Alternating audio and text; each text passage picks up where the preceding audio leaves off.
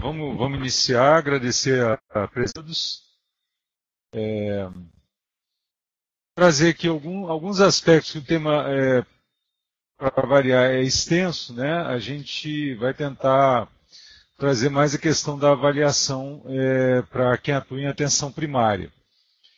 Por que eu propus esse tema? Assim, a gente tem feito de temas voltados para não só medicina de família e comunidade, né? Como vocês sabem, eu sou médico de família e comunidade. Atuo já há alguns anos em equipes, né, da estratégia, atualmente como coordenador de uma residência médica. E em várias equipes que a gente já trabalhou, a gente observa uma certa negligência, né? Vamos falar uma palavra bem direta. A gente sabe que é importante a avaliação regular da acessibilidade dos pés, né? A avaliação dos pés da maneira geral, em pessoas que têm diabetes, não tem porquê, se já tem um diagnóstico, não ser feito isso, não se justifica, né? Não se fazer uma avaliação periódica. Há vários métodos de fazer, mas o mais importante é sempre, né, coletar uma boa história e usar algumas técnicas simples. É isso que a gente vai tentar abordar hoje. Então, a gente vai tratar conceito, epidemiologia, a avaliação. Eu vou usar o formato do registro em saúde orientado por problema, que é tem sido apelidado como SWAP, né? A gente tem uma web sobre isso, que era o registro médico orientado por problema, ampliado para registro em saúde orientado por problemas, né? E o papel da equipe, vamos tentar falar no finalzinho também. E o que a gente espera, afinal, dessa web palestra, né? Conhecer a importância da avaliação do pé diabético em atenção primária, só uma ressalva, né? Pé diabético, o pé faz parte da pessoa, né? A gente fala na prática clínica centrada da pessoa, mas foi consagrado pelo uso, a gente utiliza, né? Não quer dizer que a gente está olhando só o pé. Bem entendido aí, para não parecer a gente entrar em contradição, né? Então a gente tem uma prática centrada na pessoa, que a gente espera que seja também orientada pela família e para a comunidade. Então, também o que se espera ao final é conhecer técnicas simples de avaliação. Isso aqui não é um curso, né? Grande parte da apresentação foi baseada no carinho básica, no final tem as referências, vocês podem, ele é acessível via internet, tem um link que eu posso disponibilizar, quer dizer, disponibilizo no final da apresentação, que pode ser usado de várias maneiras. Vocês vão observar que se pegar pela internet, há várias técnicas, né? Eu optei por usar aquelas que são recomendadas ali no caderno. Bom, o conceito, então, do pé diabético. Pode ser usado com diabetes, esse conceito, e tem as principais causas, neuropatia e uma insuficiência arterial. Os dois problemas podem também estar combinados, né? Então, as úlceras podem ser um componente isquêmico, né? O mais comum que a gente vê é misto. Mas tem umas diferenças, assim, o pé isquêmico, a pessoa que tem um pé isquêmico, caracteriza por história de claudicação. Então, retomando aqui que os problemas do pé diabético geralmente são neuropáticos ou arteriais, né, são os principais. Alguns tipos de infecção primária ou secundária também podem aparecer, né? Então, às vezes a gente fica muito preocupado em tratar a infecção e esquece que ela é apenas a ponta do iceberg do problema. Tem por trás ali um problema grave de uma neuropatia ou de uma obstrução arterial importante. O pé isquêmico, quando o componente isquêmico ele é mais importante, ele tem uma história de claudicação intermitente. É uma dor em repouso que piora com o exercício e elevação do membro. A pessoa precisa parar, né, quando ela dói, né, quando está em repouso, quando caminha, piora, né. E tem muita característica da palidez, né, o pé frio, com ausência de pulso tibial posterior ou pedioso dorsal. Então, mais à frente a gente vai detalhar um pouquinho mais, mas é importante lembrar essa característica do vascular. porque é muito a característica da obstrução, não passa sangue.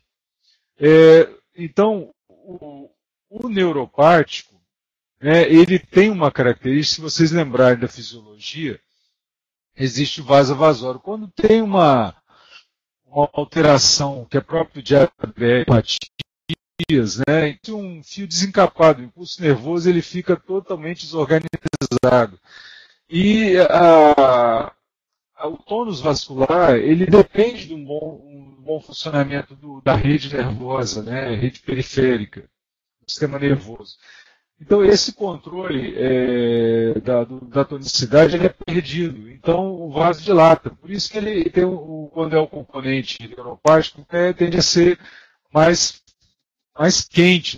Então, essa imagem aqui, como se fosse uma fogueira, uma imagem simbólica aqui, lembrando o problema neuropático, o vaso sanguíneo dilata. Isso não é bom. Quando a gente fala assim, não, mas está circulando sangue, está quente o pé. Não é bom. O sangue está indo, mas não está voltando, porque tem um componente venoso também. Não tem um retorno adequado. Então o pé fica quente porque está indo muito sangue, mas a circulação está comprometida, né? Então não é bem uma coisa boa assim, né? O fato de ter calor. Essa sensação que a pessoa relata é muito importante, que ela sente o pé quente. Quando o pé é frio, é mais o componente vascular. Né? Então eu botei aqui esse símbolo aqui do pezinho no gelo, né? A sensação que a pessoa está com o pé gelado, está pisando na neve, né? Ou está botando o pé dentro de uma bacia com gelo. E aqui parece que tem uma fogueira no pé, né? Às vezes a pessoa fica abanando o pé, bota ventilador. Então, mas geralmente a gente encontra o componente misto, né? Os dois componentes juntos com uma apresentação mista. E aí pode alternar essas sensações, né? Não ser tão didático como a gente está falando. Bom, ainda falando um pouquinho sobre epidemiologia, o Vigitel, eu puxei o Vigitel 2011, mas ele tem o mais atual, né? Curiosamente, o Vigitel 2017 está mostrando que tudo vai melhorando, né? Assim, diminuiu 50% o consumo de refrigerante, aumentou o consumo de frutas para a população, atividade física aumenta em 10%, bebida alcoólica está estável, né? Mas o diabetes aumenta em 60% de 2000 em uma década, né? Então a gente parece que a gente está fazendo tudo certo, está melhorando a alimentação, atividade física, mas ainda assim o caráter crônico do problema e o aumento, né, da expectativa de vida da população contribui com esse aumento do diabetes e da hipertensão arterial. Então tem que lembrar o seguinte, esses modelos que a gente usa de prevenção, eles não vão eliminar o problema, não. Eles podem postergar, mas o problema continua, né? Vai continuar aparecendo casos de diabetes, vai continuar aumentando os casos de hipertensão. Então, olha bem, em uma década aumenta quase 60%, né, os casos de diabetes. Então, assim, por mais que a gente tenha esse cuidado de promoção, que eles não devem ser deixados de lado, eu estou chamando a atenção disso porque a gente vai ter que continuar cuidando de pessoas que vão ter problemas vasculares, neurológicos, omissos e, consequentemente, pré-diabético. E não tem por que a gente não fazer essas avaliações, faz parte do nosso dia a dia na atenção primária. Né? Bom, só que na época, né, do Vigitel de 2011, que eu peguei do caderno, né, então a gente pode depois pegar o mais atualizado, quem quiser avaliar. A Vitória era o segundo, né, 7,1%. Prevalência agora subiu, mas todas as capitais subiram. A Vitória ainda está entre as primeiras ali.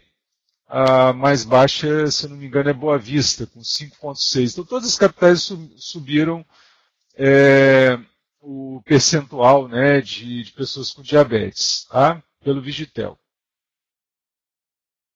Bom, é importante que o pré-diabético, especificamente, é a causa mais comum de hospitalização em pessoas com diabetes nos Estados Unidos e na Grã-Bretanha, quer dizer, não é um problema brasileiro, né? No Brasil, 70% das amputações estão relacionadas com diabetes ou com pé diabético. É o precursor mais comum da amputação, né, o pé diabético. E, infelizmente, a de maior impacto socioeconômico e são os problemas mais graves, são as mais complicadas, mais custosas, internações mais prolongadas. Então, o papel da atenção primária é fundamental até em termos de impacto socioeconômico. A incidência anual de 2%, o risco de uma pessoa desenvolver úlceras, né, e consequentemente pé diabético caminhar para a amputação é de 25%, né? Então, os pacientes com diabetes têm que ser muito bem avaliados, né? Bom, então, reforçando aqui que tem vários estudos, né, varia entre 40% e 70% das amputações não traumáticas em membros inferiores. Em torno de 20% das internações de indivíduos com diabetes ocorre por lesão em membros inferiores. Então, sempre vai ser um problema para internar e é um problema sensível à atenção primária. A gente sabe que cada internação evitada a gente pode economizar em torno de $2.000. É um dinheiro precioso aí que a gente não tem, que faz falta para... E curioso que essas pessoas vão até a unidade de saúde, elas não ficam em casa exatamente, elas vão na unidade de saúde e a avaliação dos pés não é muito bem feita.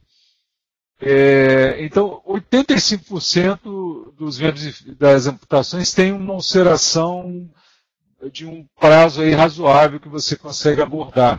Não é imediatamente, não vai para a amputação tão imediatamente, né? É uma complicação de uma ulceração. Os principais fatores são a neuropatia, a deformidade do pé e os traumatismos. A gente fala muito do traumatismo, mas tem casos de neuropatia que às vezes a pessoa não tem queixa clínica, né? Não machucou o pé, não perdeu o sapato, não teve nenhum outro problema, mas tem ali a neuropatia. E às vezes você detecta uma avaliação adequada. A neuropatia afeta até 50 pessoas com diabetes com mais de 60 anos e tem que procurar a perda da sensibilidade protetora, né? A gente tem dor, é uma bênção da natureza, a gente ter dor para a gente tirar o pé quando fura ele, quando machuca ele. A perda dessa proteção natural é que é o risco de fazer uma lesão, um traumatismo, e às vezes dentro do próprio sapato, né? Dentro da própria meia. Então, essa perda de sensibilidade protetora tem que ser detectada precocemente. Bom, eu continuo na epidemiologia. Mais comum em homens em geral devido ao aumento da probabilidade de neuropatia e pressão alta. E as mulheres também acabam quase que empatando, tendo risco semelhante ao homem se tiver fator de risco. Quais são os fatores de risco? Já teve amputação prévia. Eu já teve casos que eu atendi que quase passa batido. A história mal feita, né? Que a gente tem que falar o que a gente erra também. Eu fui refazer a história e a pessoa calçada, contando que tinha sido avaliado o pé recentemente, ela tinha uma amputação. Ela não falou. A primeira vez que eu estava atendendo, naquela maldita repetição de receita que a gente tem que tomar cuidado, porque às vezes vem só repetir a receita. Ia passar batido. É um problema.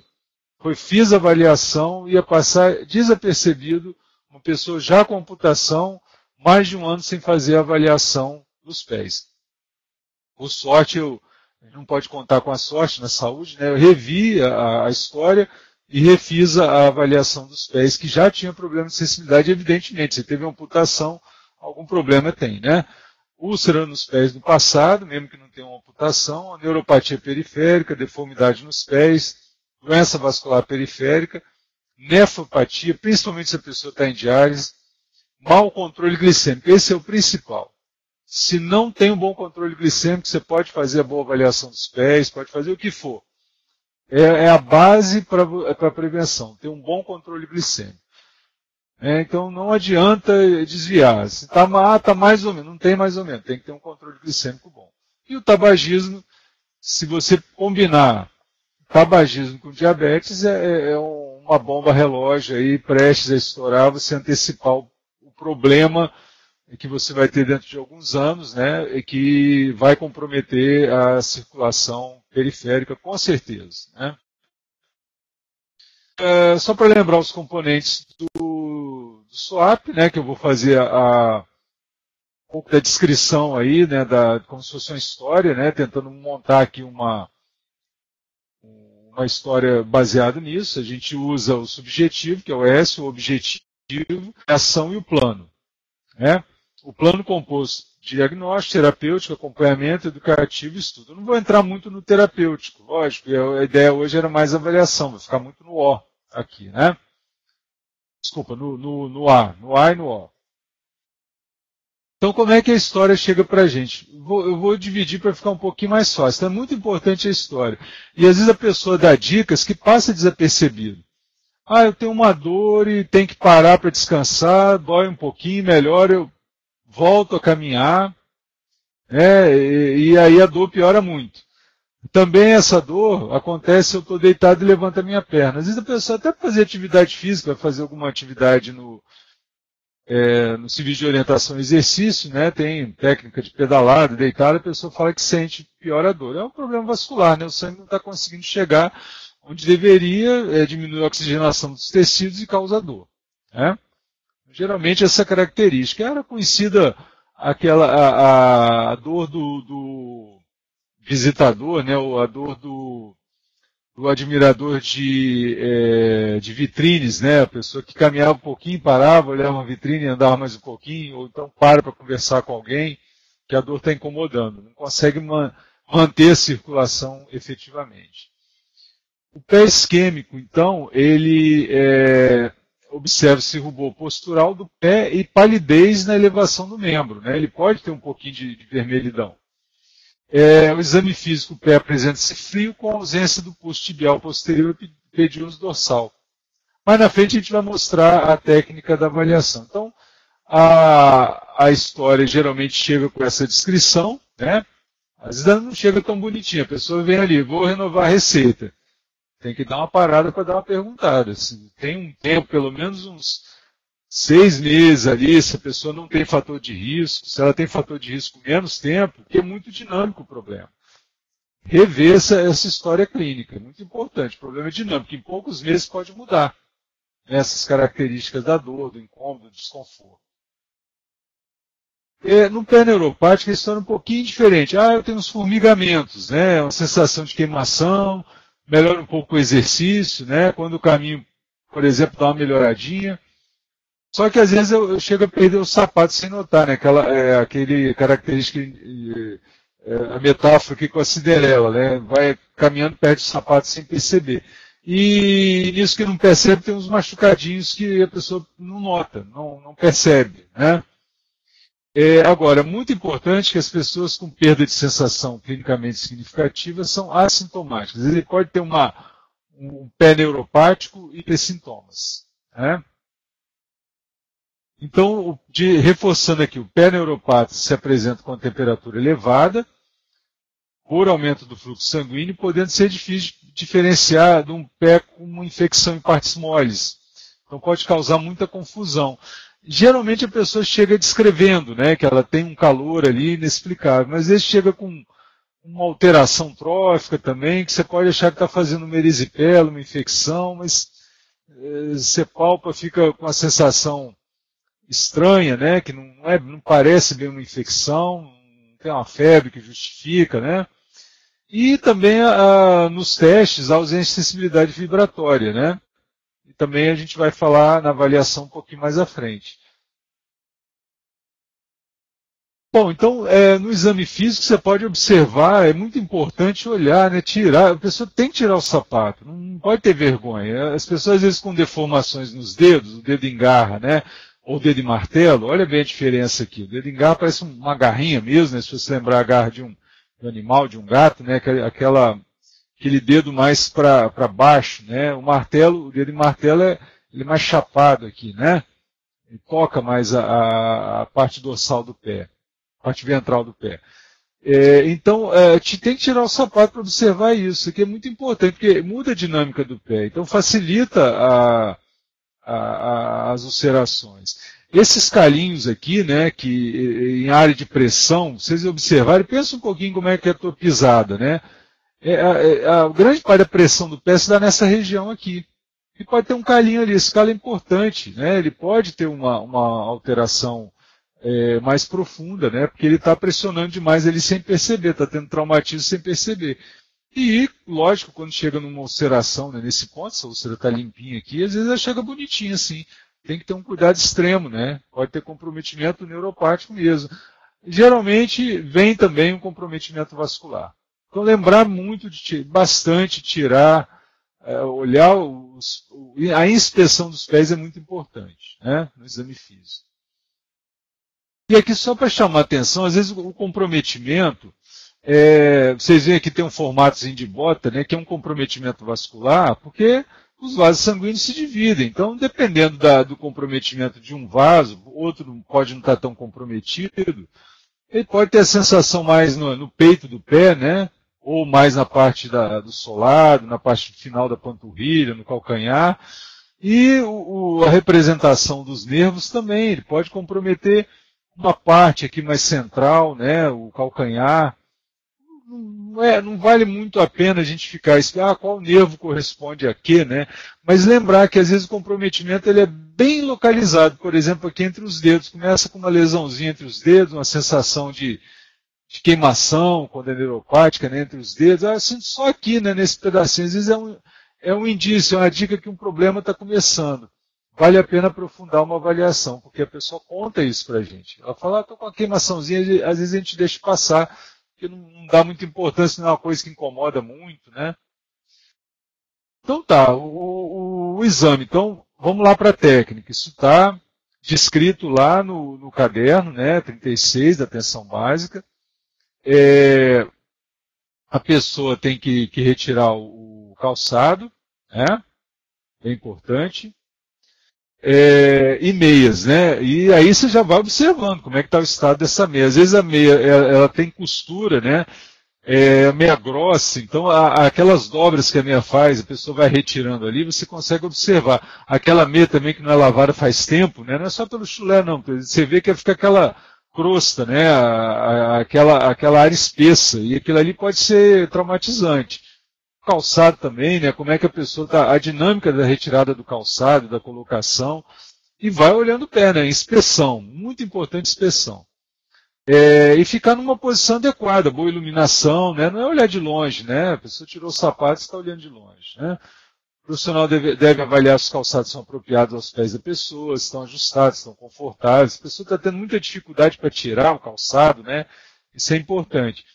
Aí são 6 características do calçado: o estilo, modelo, a largura, comprimento, material e costura na parte interna. Isso é um grande problema. Às vezes um fiozinho ali a mais, uma costura, um relevo, já é um grande problema para um pé comprometido do ponto de vista vascular e neurológico. Então, olha por dentro do calçado, olha o solado, né? O calçado ideal para pessoas com diabetes médica, estou nem falando com pé diabético, pessoas com diabetes médica devem receber essa recomendação. Deve privilegiar o conforto e a redução das áreas de pressão. O tênis é muito bom para isso. Talvez seja o calçado que a humanidade inventou que seja mais adequado, né, mais confortável. Mas também tem essas anabelas, né, para as mulheres também elas são bem adequadas, né, estão bem recomendadas. Preferível é um sapato que tem um cano alto, né, couro macio, que permita a transpiração do pé. A umidade também é um problema, né, por causa dos fungos. O alargamento da lateral para acomodar as deformidades como artelho, engarro e hálux valgo, aí quem já tem algum problema. E caso tenha um salto, queira um salto, o recomendado é esse estilo Anabela. Está pequenininho aqui, mas é fácil achar na internet também. Observar calçado desgastado, família deformada, muito curto, apertado, pode provocar vermelhidão. Então, na inspeção que a pessoa tira, você já observa se tem alguma vermelhidão, alguma bolha, alguma calosidade, né? Então, vocês veem, a avaliação, a gente acha assim, fazer o estesiômetro, né? Que é o teste de sensibilidade. Não, ganha tempo, faz uma boa história, analisa, olha, observa. Parece que é perda de tempo, mas em poucos minutos você consegue fazer uma boa inspeção. A gente fala assim, depois eu faço. Depois que passa 10 anos até uma primeira amputação, tem que fazer com uma regularidade, né? Não tem motivo. Tem que organizar a agenda também para quando for atender uma pessoa que tem diabetes pela primeira vez, não dá para dar uma consulta de 5 minutos. Isso é uma crueldade. Tem que ser bem atendida a pessoa. E médico e enfermeiro tem que ter, médico e enfermeiro tem que estar combinado nisso aí. Né? Os dois. Ok?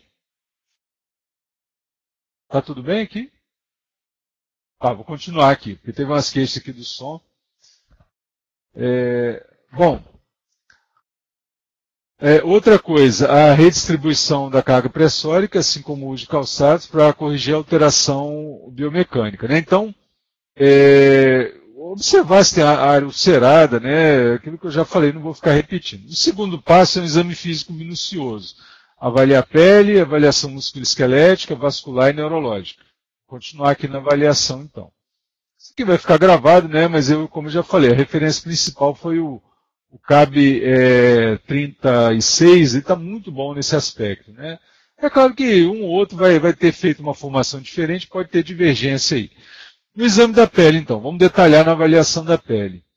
Tem que ser ampla, né? Observa aquela pele seca, como que está a higiene dos pés, o corte das unhas, se tem descamação. A pele, imagina a pele como se fosse uma árvore, né? Só que a irrigação chega por dentro, né? Então, se a pele está com descamação, está ressecada, está pouco hidratada. Não é passar hidratante, é porque está chegando pouco sangue ali. O sistema nervoso também não está funcionando bem. Se tem queda de pelos, por exemplo, observa se tem micose, bolha, ulceração, área de eritema. Então é legal, na hora de tirar o sapato, você começar a olhar isso aí.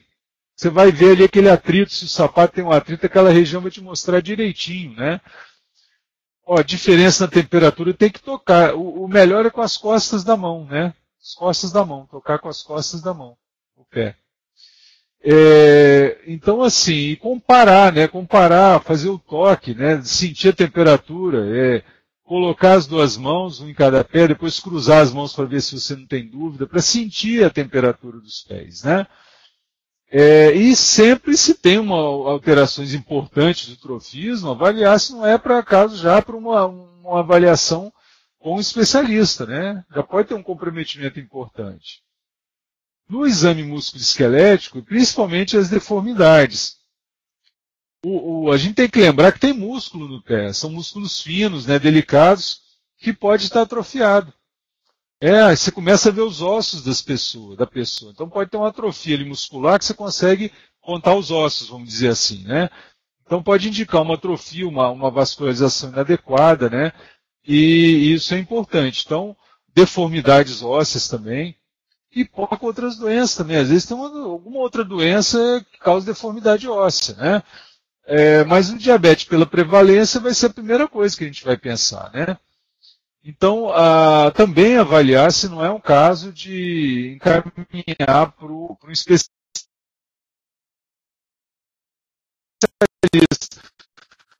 Quando eu falo especialista, pode ser necessário utilizar com cuidado, né? com adequação. Bom, o exame vascular é palpação de pulso, pedioso, tibial posterior. Às vezes a técnica pode ser um pouquinho complicada, né? Depois nós vamos mostrar a imagem aí que vai ficar mais fácil. Mas além do pulso também olhar a temperatura, né? De novo, tocar, eu prefiro examinar, eu aprendi pelo menos com as costas da mão, tenho uma acessibilidade melhor nas costas da mão, né? Tocar o pé com as costas da mão. Cruzar a mão para ver se não está tendo algum erro. Ver se não tem queda de pelo. Às vezes tem aquela queda de pelo ali a gente chama em bota, né? Como se fosse uma depilação na altura da meia, dali para baixo. Estado da pele, músculos, né? Então verificar a ausência ou diminuição de pulso, rarefação de pelos, e também se já tiver um indício ali de problema, encaminhar, né? Aqui, a palpação sempre com os dois dedinhos, né? Dois dedos aqui, não com o polegar, porque você pode confundir o pulso do polegar com o pulso pedioso anterior. O posterior também, com os dois dedos, sempre contra uma estrutura óssea. Muita atenção, que às vezes a técnica é um pouco difícil, né, para quem não está treinado. Então, eu gosto muito de sempre revisar a técnica em pessoas que não têm um comprometimento vascular. Eu, pelo menos, me disponho sempre a fazer isso, né? Quando eu atendo alguém, periodicamente, eu examino também o pulso dos pés em a pessoa que não tem comprometimento vascular. A gente tem que estar sempre exercitando a nossa sensibilidade, né? Então, eu faço isso, né? Para poder não perder a mão, vamos dizer assim, né? Então, sempre com os dois dedos, né? Indicador e médio. O exame neurológico, nós vamos detalhar um pouquinho mais, né, que tem 4 técnicas, né, 4 testes simples, né, que é o monofilamento de 10 gramas, diapasão de 128 Hz, percepção de picada e reflexo aquileu. Às vezes alguém não teve treinamento, mas a técnica é relativamente simples, né. Agora, é importante o seguinte, você utilizar o recomendado, né, na maioria dos autores, teste com monofilamento, que é aquele mesmo que a gente usa para hanseníase, que aí você fala assim, mas eu não tenho na unidade, é muito barato, custa 35 a 60 reais, né, para não ter na unidade. Depois nós vamos falar dos certos cuidados com monofilamento, porque ele é um equipamento de precisão, então ele não pode ser usado de qualquer jeito, né? Então, sempre que fizer o teste de monofilamento, associa um outro, para aumentar a acessibilidade do teste. Um ou dois testes anormais sugerem a perda de sensibilidade protetiva, né? E dois testes normais e nenhum normal descartam a PSP, né? A perda de sensibilidade, que é um teste para ver a sensibilidade, né? A alteração neurológica. Em todos os testes deve aplicar no mínimo 3 repetições, intercalado por uma aplicação falsa. Um teste normal quando o paciente afirma que sente no mínimo 2 das 3 repetições. Isso aí é o correto, né, que vale para todos os testes de sensibilidade. Então a aplicação falsa a gente vai explicar um pouquinho mais na frente. Monofilamento de 10 gramas. Então ele corresponde ao monofilamento laranja. Alguns textos eu vi falar no vermelho, mas a maioria fala no laranja, se for usar esse estesiômetro aqui, né? Depois eu vou mostrar aqui o estesiômetro que muitos devem ter na unidade. Então, assim, que é a né, perda de sensibilidade protetiva, recomenda-se que 4 regiões sejam pesquisadas, né? Primeiro, terceiro e quinto cabeça metatarso de cada pele, terminando sensibilidade de 90% e uma especificidade de 80%. É um bom teste, né? Muito bom teste. Bom, como é que é a técnica? A pessoa tem que ficar sentada de frente para o examinador com os pés apoiados de forma confortável.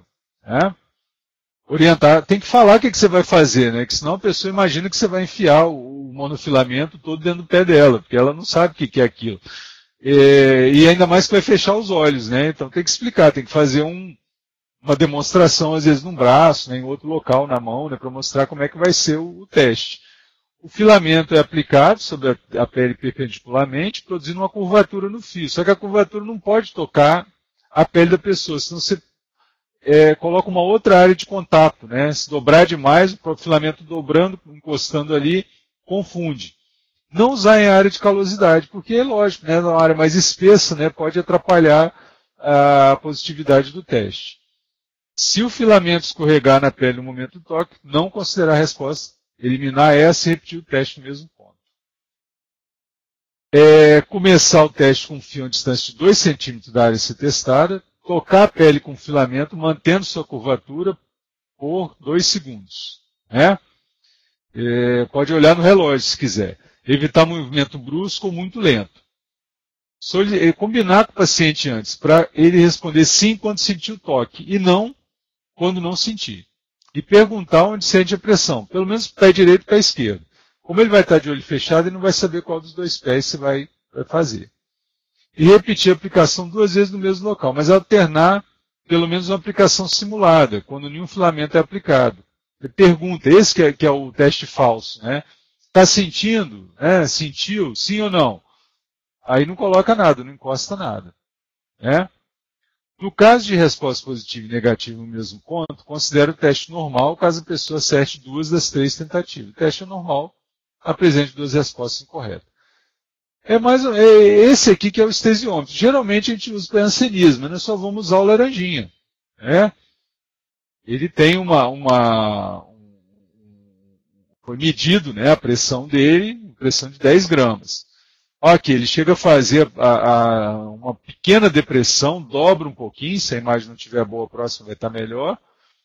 Aqui lateralmente, então essa dobradura aqui não pode encostar na pele, né, no pé. Senão você vai ter 2 áreas de contato, pode confundir. Né? Então conta 2 segundos e volta e retira. Né? Pergunta se a pessoa sentiu. Então são essas as regiões dos testes aqui. Né? Aqui a sola do pé e aqui o peito do pé.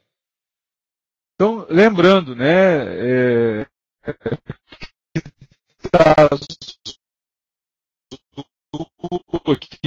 mas é o filamento laranja.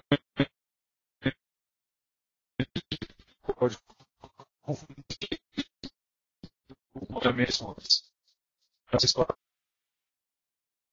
Aqui ficou um pouco melhor, né, os pontos de toque, né, vai variar de local para local. É muito importante esse ponto aqui, ou de texto para texto, né, mas é muito importante os pontos de maior pressão do pé. Só raciocinar onde que a gente pisa com mais força, né, aqui, aqui, aqui, calcanhar, essa lateral, aqui. Às vezes tem um calinho aqui, faz um pouquinho para o lado, né, ponta dos dedos também. Bom, lembrando o seguinte, ele não é de uso individual, né? Recomenda que seja realizada a limpeza no produto com a solução de sabão líquido e água morna após cada uso. Não precisa passar por autoclave nem esterilização. Agora, a cada 10 pacientes, isso é uma dica importante, ele tem que ficar em repouso, porque ele é um filamento, ele é maleável. Então ele pode perder a tensão, né? Geralmente, eles recomendam a troca, se é muito utilizado, a cada 18 meses, né? Até pelo próprio ressecamento do material. Um nylon, né, ele vai ressecando, ele pode perder a qualidade, a tensão dele. Então, a cada 1 ano e 6 meses, 18 meses, fazer a troca do produto. E a cada 10 pacientes, deixar em repouso por 24 horas. Então, é uma dica importante que às vezes a gente não se dá conta, né? Vai usando direto e acaba perdendo a sensibilidade e a especificidade do teste, né? O do diapasão também tem que ter na unidade, também não é um equipamento muito caro, né? A gente geralmente usa para testes de audição, né? Transmissão óssea, né? Ou aérea. Então, a próxima vai mostrar um pouquinho melhor. O teste é considerado, geralmente ele é feito no hálito, a próxima imagem vai ficar melhor. Deixa eu ver se mostra aqui. Aqui, né? Depois eu volto. Aqui é o dedão do pé. Você coloca ali em cima. Vamos descrever o teste aqui. O cabo de diapasão fica posicionado sobre a falange distal do hálux. Pode usar o maléolo lateral também. E o teste é considerado anormal quando a pessoa perde a sensação de vibração, enquanto o examinador ainda está sentindo que o diapasão está vibrando. Então, primeiro aplicar o diapasão nos punhos do paciente, para que ele saiba o que esperar. Olha, você vai sentir isso aqui, você tem que me dizer se você vai sentir nos pés também. E aí a pessoa não pode olhar onde está aplicando o diapasão. Né? Tem que ser uma parte óssea, geralmente na falange distal do hálux, né? Então, deve ser aplicado perpendicularmente, repetir a aplicação 2 vezes, e alternar uma com a aplicação simulada ou falsa, né? Em que o diapasão, aí no caso, não esteja vibrando. Você toca ali no hálux, mas ele não está vibrando. O teste é positivo se o paciente responde de forma incorreta pelo menos 2 de 3 aplicações, e negativo com 2 das 3 respostas corretas. Assim, se o paciente vai sentir as vibrações, faz um pouquinho mais para cima, né, na tuberosidade tibial ou no maléolo mesmo. Vai jogando um pouco mais para cima para ver como é que está o teste. Aqui, né, tocando, né, o examinador sente que continua vibrando e o paciente, ele fala que não vibrou nada ou não está vibrando mais, né. Então, assim, só lembrando que eu tirei isso do caderno, né, da tensão básica, e tem várias referências lá que eu retirei para ficar mais compacto, né, a apresentação. Bom, aí não tem diapasão, não tem monofilamento, né? Pode fazer o teste de sensação da picada. Pega um objeto pontiagudo, faz a mesma coisa. Para testar a percepção tátil dolorosa da picada de uma agulha ou de um palito. Mas assim, com a agulha é muito importante, senão a pessoa ela fica com medo, né? Você fala, vou furar aqui seu pé. Então, você tem que explicar como é que você vai tocar, né? E na superfície dorsal da pele próxima à unha do hálux. Isso aqui pode ser a imagem aqui está mostrando um pouquinho diferente, pode ser na sola também. Mas o ideal é naquela região mais alta aqui, onde a gente colocou o diapasão. A falta de percepção, né? Não sentiu nada, o objeto tocando, talvez seja até melhor com um palito, né? Porque você descarta ele, do que a agulha, claro, você vai descartar. Mas muitas pessoas têm medo de agulha, né? Então, até tem gente que faz aqui a imagem, né, de onde eu peguei, faz com caneta. Eu não gosto muito. Eu acho que, além da sensação não ser pontiaguda, né, que a caneta é esferográfica, uma coisa que você vai escrever também, não acho um objeto bom para exame, né? prefiro mais o palito. Né? A agulha também se presta a isso, mas explicando bem para a pessoa que não vai perfurar nada, né? Não vai ser uma traumatismo, né? Senão a pessoa tem medo de agulha e não vai deixar fazer. Né? E o teste por reflexo aquileu, o tornozelo em posição neutra, né?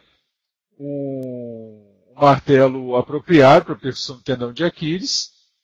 O teste é considerado quando tem uma ausência de flexão de pé. Isso aí existe uma técnica um pouquinho mais apurada, mas geralmente é batendo aqui, né, com uma certa firmeza, né? Não é como se estivesse pregando um prego, apesar de chamar martelo, né? Ser com uma firmeza sem movimentar o punho, né?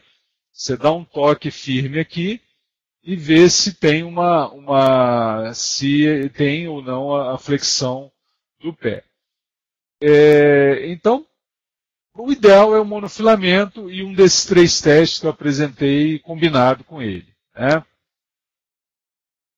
Aí, bom, achados específicos e manejos. Isso também é um quadrinho, eu tirei, recortei lá do caderno. Eu não vou entrar em detalhe, mas tem as sugestões de manejo, que seria o P, né? O plano de cuidado. Então, já se tem uma úlcera, se for avaliação do enfermeiro, passar para avaliação médica, né? A ausência de pulso também é importante, passar para avaliação especializada.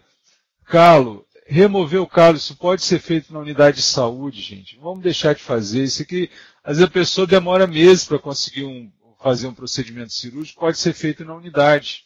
É uma remoção cirúrgica, às vezes até, dependendo, até ser uma anestesia. Dependendo da profundidade. Você pode fazer a cauterização química também, com muito cuidado, né? Se a pessoa tem avaliar bem se não tem um comprometimento vascular ou neurológico. As infecções fúngicas e bacterianas tratar. Unha encravada. Falar para a pessoa não tentar corrigir sozinho. Às vezes você precisa fazer um procedimento cirúrgico.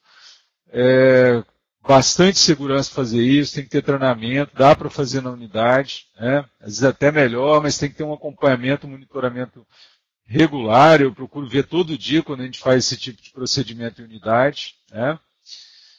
As deformidades, aí vai indo para a reabilitação, né? Uma órtese ou avaliação com ortopedista, né? A gente não tem muito hábito de prescrever órtese, às vezes nem os sistemas aceitam, né, a prescrição de órtese, tem que passar para um especialista. Rever a questão da higiene, né? Às vezes a pessoa toma banho, mas não lava os pés, né? A questão da higiene dos pés é muito importante. Às vezes na higiene também pode causar traumatismo. A pessoa limpa tão bem, esfrega tanto que traumatiza o pé. Então, às vezes tem que parar e rever, mostrar como é que faz uma boa higiene, né? Calçados e meias inadequadas. Tem outros quadrinhos aqui que a gente está colocando. Meia sem costura ajuda bastante, mas evitar meia de material sintético, porque ela abafa muito, né? O nylon é muito ruim, né?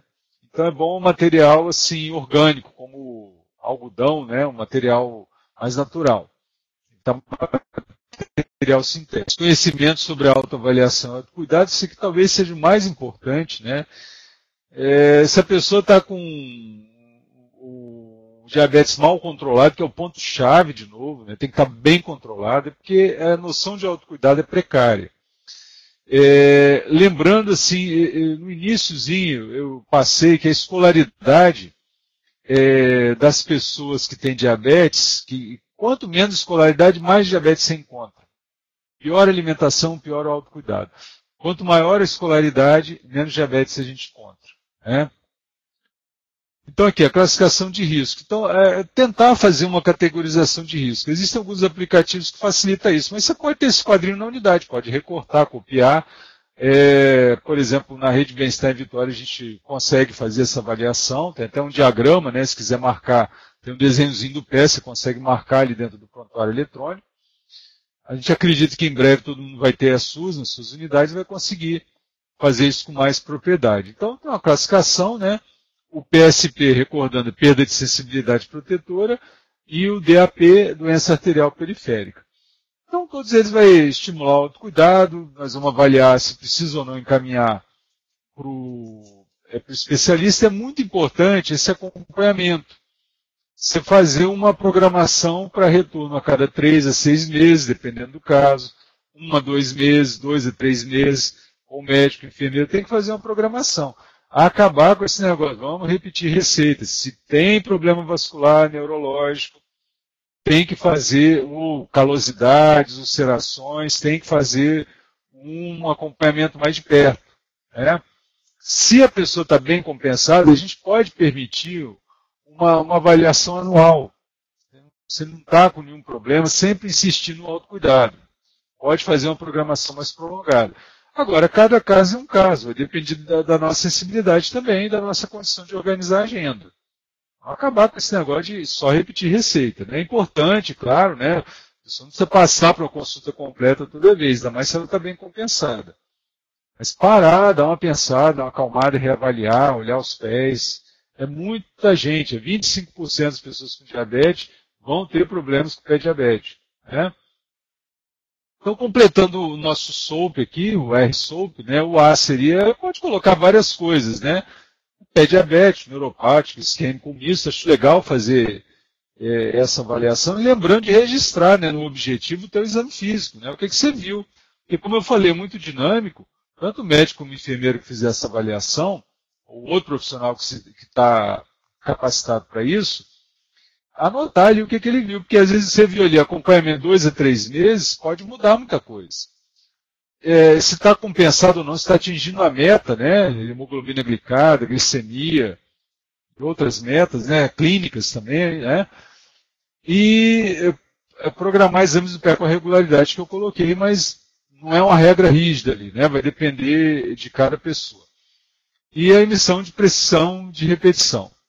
A gente faz isso aí, tem um CID para isso, mas evitar que seja só isso. Né? Eu coloquei aqui para chamar a atenção, evitar que seja só uma repetição, né, de receita. Acho que a gente está criando essa facilidade, mas ao mesmo tempo está perdendo esse contato, esse cuidado aí de fazer a avaliação. Os grupos também, eles são muito pouco produtivos nesse sentido. Às vezes a gente faz o grupo, faz uma palestra, o impacto disso é quase nulo, né? Por exemplo, se a gente não faz uma avaliação adequada dos pés. Por exemplo, né, entre outras coisas. E aí fica, no final do grupo, renovando receita, entregando receita. É claro que é preciso da medicação nesses casos. Mas a gente tem que tirar um tempo para fazer essa avaliação dos pés de forma adequada. Então isso aqui, essa web era para chamar a atenção sobre o problema e sobre a facilidade que a gente pode fazer isso. Está ao nosso alcance. Está dentro da unidade. Bom, então aqui, após a classificação de risco da pessoa, ter complicações, explicar para ela por que foi categorizado, por que você tem que ver, poxa, mas eu renovar minha receita, doutor fulano, a enfermeira tal, renovava todo mês, né, a cada 3 meses, agora você está pedindo para eu voltar a cada 2 meses, a cada mês, né? Olha, sim, né, você está com problema nos pés. E eu acho que não acredito muito na pedagogia do medo, mas clarear para a pessoa que aquilo ali pode evoluir para amputação. Né? A gente tem que explicar para ela todas as consequências de um mau cuidado. Então, assim, olha, renovava a receita a cada 6 meses, agora nós vamos ter que mudar isso aí. Né? Vamos ter que te ver com mais frequência até ver como é que está a melhora, vai depender de você. Então, dividir a responsabilidade do cuidado com a pessoa, né? Não é um jogar para o outro, né?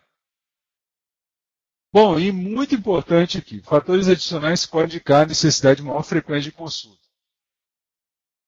Qual é isso? Calo, calosidade dos pés, micose, unha encravada, procura ver a micose, questão se tem ali algum fator, né? Se não está secando bem os pés depois do banho, se está usando uma meia que impede a transpiração, um calçado de tecido sintético que impede a transpiração, unha encravada, cuidado, né, tudo bem, tem que pintar as unhas, tem que ficar bonito, né, para sair, ficar bonita, com as unhas bem cuidadas, mas às vezes esses bifes, né, que tira aí em manicure, pedicure, é um problema para a gente, vai bater lá no médico, tem que evitar isso aí. Deformidade nos pés, né, limitação de mobilidade articular, então às vezes, é aquilo que eu falei, uma dica é, vai tirar o sapato, você observa se a pessoa tem uma limitação articular para tirar um sapato, na hora de caminhar. Por isso que a gente recomenda, não é ser educado, não, você buscar o paciente na porta, para você ver como ele vem andando, como ele vem caminhando. Já faz parte da inspeção, né? É doloroso quando a gente vê alguém sentado na cadeira, abre a porta, chama o próximo. Então, perde a possibilidade de inspeção. E depois fala que não tem tempo, né? São minutos preciosos de observação que a gente tem que resgatar. Limitações físicas como cegueira, redução de visão. A pessoa não compreende o que é o autocuidado também. Isso é perigoso, né? Isso chama a atenção da gente para melhorar a nossa atenção. Nossa necessidade de rever a pessoa com mais frequência. Baixo nível de conhecimento sobre cuidado preventivo, condição de higiene inadequada, é a nossa realidade. Nós vivemos um problema que é igual de outros países, mas nós temos essa condição social ruim. Né? Enquanto melhorar a educação de maneira geral, a gente vai conviver com esses problemas. Né? Então, a parte educativa é parte do nosso trabalho. Apoio familiar. Nós somos estratégia saúde da família, e a gente tem que abordar a família. Se tem um baixo apoio familiar, vai repercutir, vai gerar amputação. Parece que é uma coisa teórica, mas não é. Isso faz parte dos nossos alertas, né? Ou se não tem uma rede de cuidados, às vezes não tem a família ali, mas tem uma rede de amigos, né? Uma rede de cuidado, de proteção. Outro, residência em instituição de longa permanência. São fatores importantes para você ver com mais frequência que estão associados a pé diabético e amputação. Então tem trabalho da equipe, né? Médico, enfermeiro, trabalho combinado para fazer essa avaliação. E o mais importante, atentar ao controle glicêmico, rigoroso. E ele previne a neuropatia. Todas as pessoas que têm diabetes devem ter a avaliação dos pés realizada. Não tem por que não fazer. É muito importante. Né? A gente já viu vários casos. Às vezes acontece com a gente, por exemplo, a gente tem comorbidades, casos de problema cardíaco, problema respiratório, problema psiquiátrico. Às vezes a gente fica muito atento a essas condições de comorbidade e esquece que aquela pessoa também tem um pé, tem um problema, né? E precisa ser cuidado. Se ela ficar sem andar, isso piora muito, né? Então, do ponto de vista cardiovascular, a pessoa com dificuldade para caminhar piora muito a condição clínica dela. Então, às vezes a gente fica muito, claro, aconteceu comigo, né? Muita ênfase no problema respiratório, no problema cardíaco, e esquece uma avaliação simples que tem que ser regular. Bom, então assim, sempre no plano reavaliar o conhecimento da pessoa sobre diabetes. Lembrar, 7,5% das pessoas com diabetes têm menos 8 anos de estudo. 3,7% têm mais de 12 anos de estudo. Então, quanto mais você estuda, menos diabetes. É isso que está dizendo aqui. Então, a escolaridade baixa é um problema. Então, a gente precisa rever se a pessoa compreendeu, né, conhecimento sobre autocuidado, cuidado com o pé, comportamento em relação aos pés, avaliar o cuidado executado pela pessoa, assim, como que ela está cuidando, o apoio familiar, a condição de calçado, meia, palmilha, né? E aqui só para chamar a atenção nesses dois cadernos, o 36 e o 35, 36 é diabetes mellitus, 2011, mas tem sempre uma atualização. E a estratégia para cuidar em pessoa com doença crônica, também tem algumas dicas. Esse aqui está muito bom. Usa ele, está disponível, ele é gratuito, né? Foi construído aí baseado em evidências, então acho que dá para usar ele para capacitações, né? E, bom, aqui as outras referências, né? O próprio caderno, 36, Dynamed também, para quem quiser buscar mais informações, e no Tratado de Medicina de Família, falando mais um pouquinho sobre o registro orientado por problema. Bom, estão aí meus contatos, né? Como eu falei, olha só, foi só enfocar a questão da avaliação. Uma boa história, uma boa inspeção, olhar os pés, examinar os pés, fazer um bom exame físico. Isso aí não tem segredo, isso é secular. A gente aprendeu nas nossas aulas, né? Básicas de semiologia, né? Que a gente tinha que cuidar disso, né? E não pode perder. Não é pelo fato da gente ter que repetir receita, que tem um aumento do número de casos de pessoas com diabetes, que a gente vai ser negligente com isso. Então, vamos melhorar esse cuidado, né? Ainda é um problema, as amputações, um problema mundial, como a gente viu. Então, uma boa avaliação, mesmo que a gente não faça tudo completo, mas que a gente avalie, inspecione, né? Realmente, né? Vamos para a nossa realidade. Às vezes está apertado mesmo, né? Para fazer um atendimento. Mas aquela pessoa mora naquela comunidade que a gente atua. Recombina, vamos vir no outro dia, no final do dia, no começo do dia, para dar uma reavaliada melhor. Faz uma parte do exame, completa depois. Não precisa fazer tudo no mesmo dia, não precisa ficar 2 horas ali com a pessoa, até maçante. Às vezes quebra esse atendimento, né, no final do grupo. Vamos evitar achar que está cuidando só porque repete receitas, né? Então, insistir, né, nessa questão da história, a avaliação. Uma boa história, ouvir o que a pessoa tem para dizer, uma boa inspeção. Esses testes são importantes, mas eles complementam, eles são complementares a um bom exame. Né? E olhar se essas ferramentas são importantes